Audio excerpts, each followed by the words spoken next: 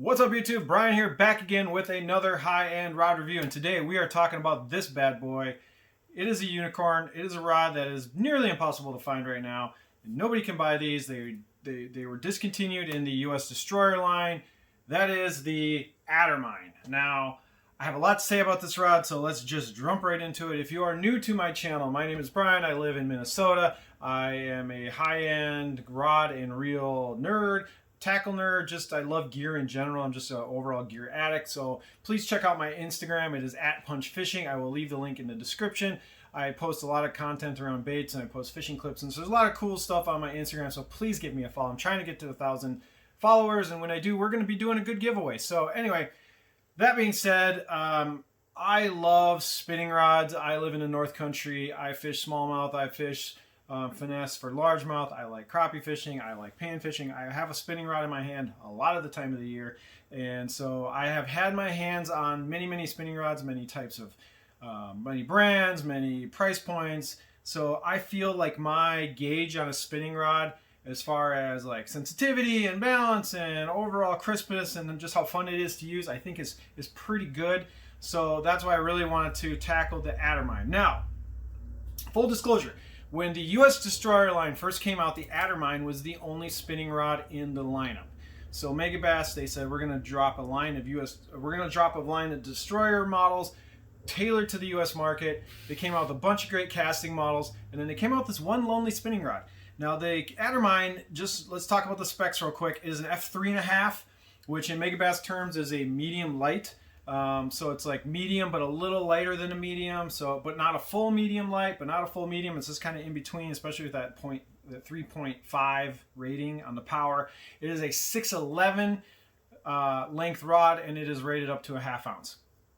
So with that out of the way, those are the specs. It comes with full titanium SIC guides that have really extra beefy, crazy wrapping. The wrapping on these guides for a spinning rod is pretty intense.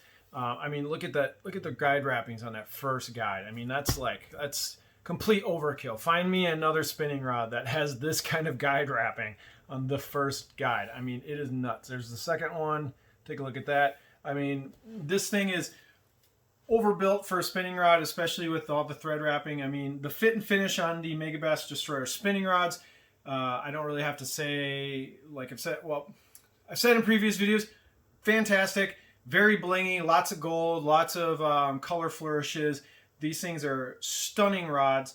They also have the best grip of all time. This is the same grip you can get currently in the Levante rods and in the Orochi. However, they changed the grip from the US Destroyers into the P5s. The P5s have completely different spinning grips that I don't think hold a candle to these grips. So I still say that the Megabass Destroyer grips, this style, is still like one of the best grips ever made.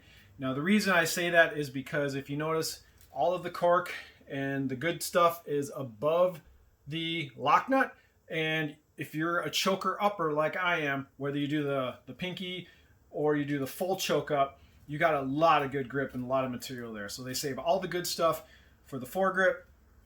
So I have 3 Megabass US Destroyer spinning rods. I have the Felissa, the Brigand, and the Addermine. I also have the Whip Snake.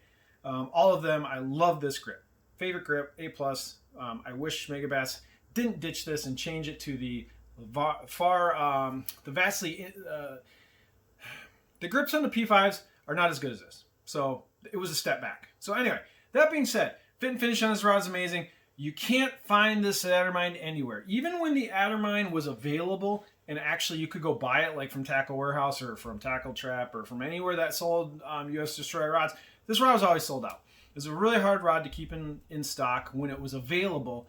And now that they've discontinued them, I have not seen a used Addermine come up for sale in probably a year. I got this rod through a trade. I was on a Facebook group and some random guy was like, hey, does anyone have a ballistic LT spinning reel? I have some things to offer in trade. And I noticed that one of the items he listed as a trade was an Addermine. So I immediately messaged him. I said, hey, I got all sorts of ballistic LTs. What do you want? Let's work out a trade. So I ended up getting this rod for a reel. So I was actually shocked by that. So I got this rod last fall. So I haven't dropped a review on this thing because I got this last fall. I got to use a little bit before we iced up for the winter. Then I've been using the crap out of this rod this spring and into the summer. So I have a lot of seat time with this Addermine. First off, well, not first off, but let's, some of the things that, when this rod first came out, it got a reputation. For some reason, a lot of people who were into spinning rods and were into Megabass, they didn't like this rod. There's something about this rod that people didn't like, and I think people are maybe downplaying it.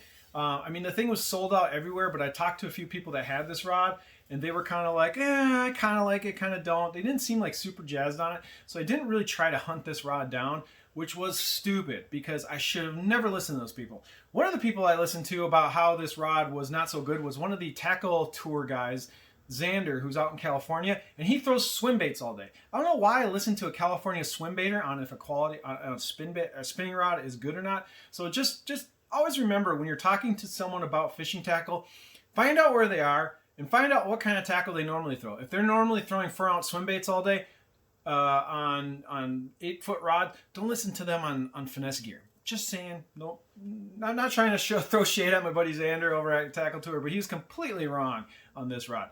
So let's dive into this thing. So this was kind of billed as the one-stop shop, does everything finesse rod in the Megabass US Destroyer line because it was literally the only spinning rod that came out at the time.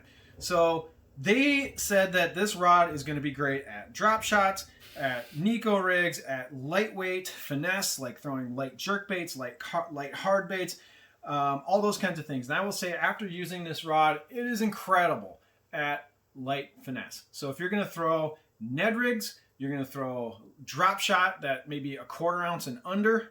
I wouldn't heavy drop shot with this. Like I wouldn't throw 3/8 on this for a drop shot. I think it's a little overpowered, but 1/2 ounce or under drop shot totally can do it. Definitely great at Nico rigging. Definitely great at throwing like lighter jerk baits like 110 juniors or any kind of like finessey jerk baits. You can throw balsa cranks with this thing. This thing is just an all-out light finesse powerhouse. Now, what I like about this rod, there's 2 big things I love about this rod. 3 actually. Number 1, the balance. This thing is for a 6'11". I have on there right now a Kage MQ3000. This reel is slightly heavier, so keep that in mind.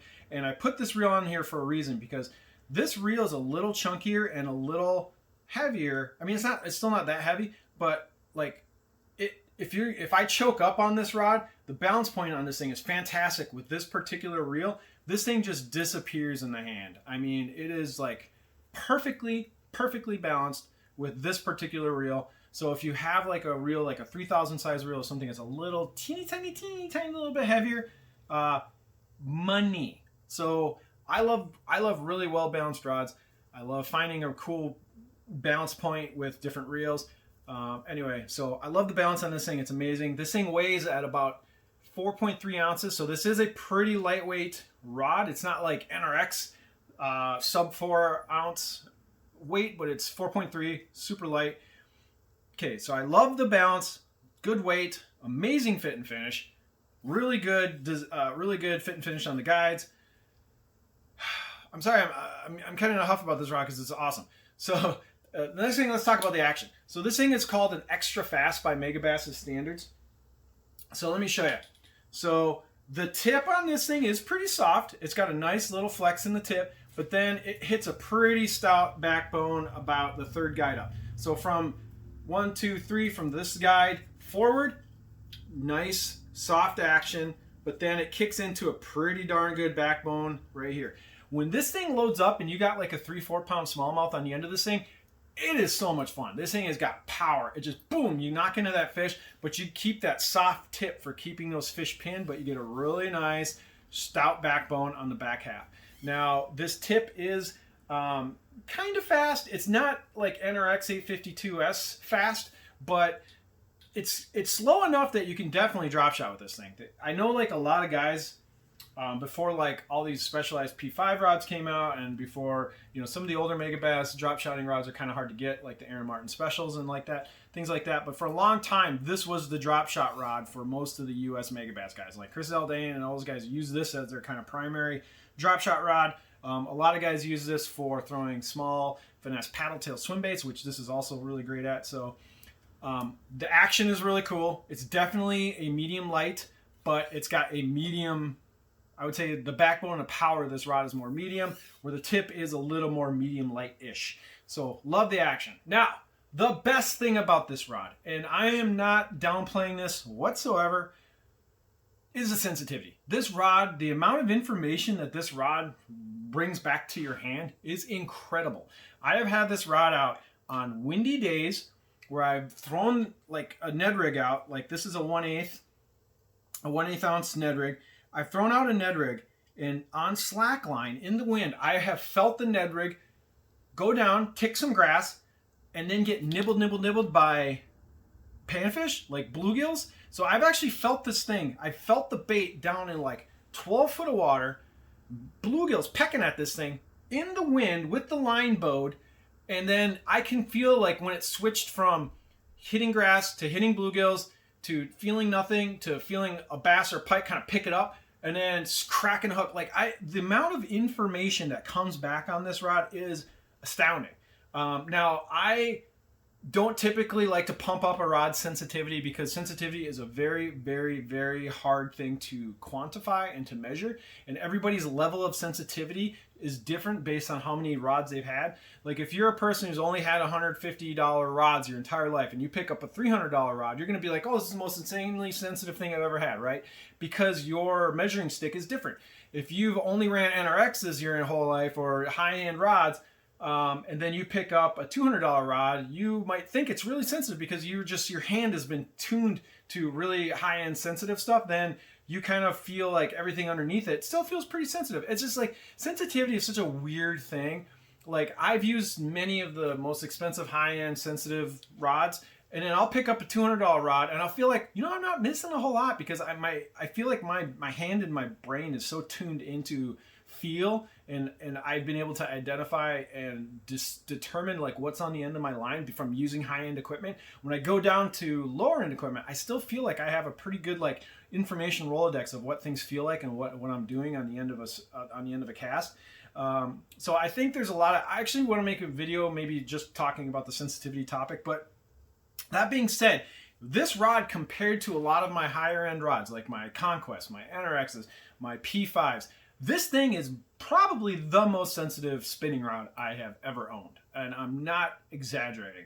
This thing is stupid sensitive, especially with bottom contact applications. This has quickly become my absolute 100% favorite Ned rig rod. I have not thrown a Ned rig on another rod except for this Addermine all year. And that says something because I love Ned rigging, and I'm usually throwing Ned rigs on like the Conquest or on my 872S or my 852S, or even throwing it on the Landsat or on the Whipsnake. Addermine, Ned rig, all the time. I've caught tons of fish on this thing. I've caught big fish, I've caught small fish, I've caught panfish. You will feel everything on the end of your line with this rod. So that being said, good luck finding one. They are extremely rare. I really hope I don't break this thing. I keep this rod, I baby the shit out of this rod because I do not want to break it or have damage to it because I know I won't be able to replace it. Megabass doesn't have any of these in stock anymore. These are only available on the aftermarket, and when they do pop up, and if they pop up, they get snatched like this. People are probably going to be jacking up prices on these things if they do want to sell them. But anyway, this is a unicorn. This is a goat. This is one of the best spinning rods I think I've ever owned, period. Let alone one of the best spinning rods maybe Megabass has ever made. It's incredible. Good luck finding them. I'm not exaggerating. This is like up on my Mount Rushmore of spinning rods at the moment, and I will continue to use this rod, and it is very enjoyable. And that's all I really have to say on the Addermine. If you got more questions, comments, anything you want to know about the Addermine, if you have any descriptions about what you've used your Addermines for, how many Addermines are you hoarding in your collection right now? If you have more than one of these things, I am very impressed. If I see another one pop up for sale at any point, I will be trying to grab that rod and trying to grab it. So get out of my way if you're posting one for sale, because I'm going to come in hot and heavy to try and get more of these rods. Will these be re-released in the P5 line? I don't know. It's entirely possible. They're hinting that a lot of the popular US Destroyer models will be re-released in the P5 format. But you know what? We're going to lose, going from this to the P5, this juicy, beautiful, amazing grip. Will I be as jazzed about an Addermine in the P5 with the newer grip? No, I will still like my old one better. Sorry, Megabass. This is the best grip of all time. The new P5 grips are So anyway, kind of beating a dead horse here. So thank you for watching. If you want to know anything more about the Addermine, whatever, hit like and subscribe. Leave me a comment. Really appreciate you watching this long. And until next time, we'll see you later.